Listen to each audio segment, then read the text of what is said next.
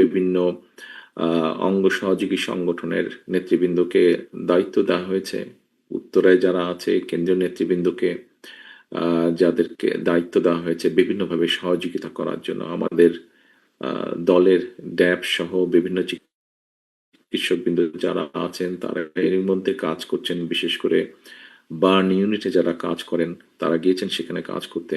আমাদের অঙ্গ সহযোগী সংগঠনের নেতা কর্মীদেরকে নির্দেশনা দেওয়া হয়েছে।